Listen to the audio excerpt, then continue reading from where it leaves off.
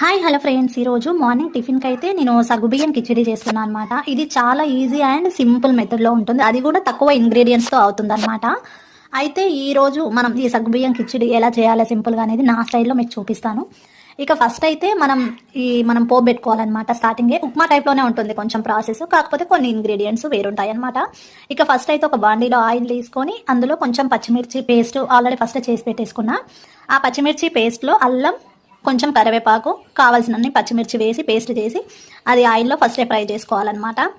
అది చేసుకున్న తర్వాత నెక్స్ట్ మనము ఈ సగ్గుబియ్యం అనేవి ముందే ఒక 1 అవర్ ముందే నానబెట్టి పెట్టేసుకోవాలి. అలా అయితేనే ఇవి మనకు చేయడానికి బాగుంటాయి. ఎప్పుడైనా సరే నానబెట్టకపోతే అసలు ఇవి పనికి రావన్నమాట. అలా మెత్తగా అయిపోవాలి మనకు నానబెడితే, అప్పుడు అవి మనకు వండుకోవడానికి రెడీ అయినట్టు అనమాట.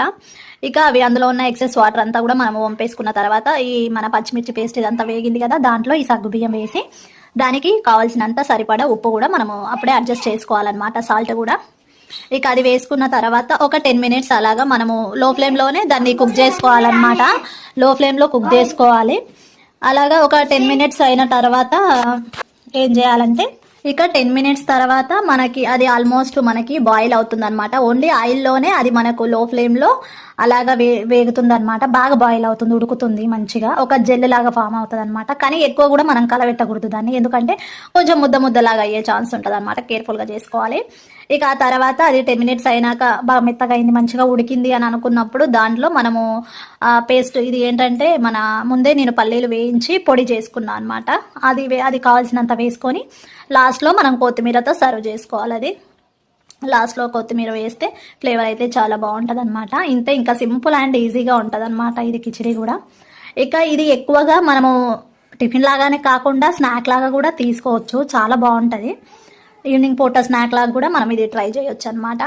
ఇక ఇది మళ్ళీ ఈ పొడి వేసిన తర్వాత, పల్లీల పొడి వేసినాక ఒక 5 మినిట్స్ మళ్ళీ దాన్ని కొంచెం ఉడకనివ్వాలన్నమాట.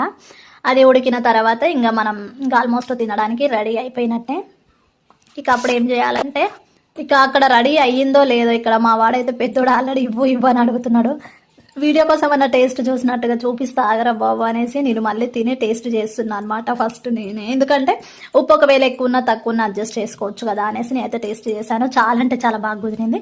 మీరు కూడా ట్రై చేయండి, సింపుల్ అండ్ ఈజీగా ఉంటుంది, టేస్ట్ కూడా చాలా బాగుంటుంది. అదనమాట ఫ్రెండ్స్ ఈరోజు మన వీడియో. నా ఛానల్ని సబ్స్క్రైబ్ చేసి నా వీడియోకి లైక్ ఇవ్వండి. Bye bye.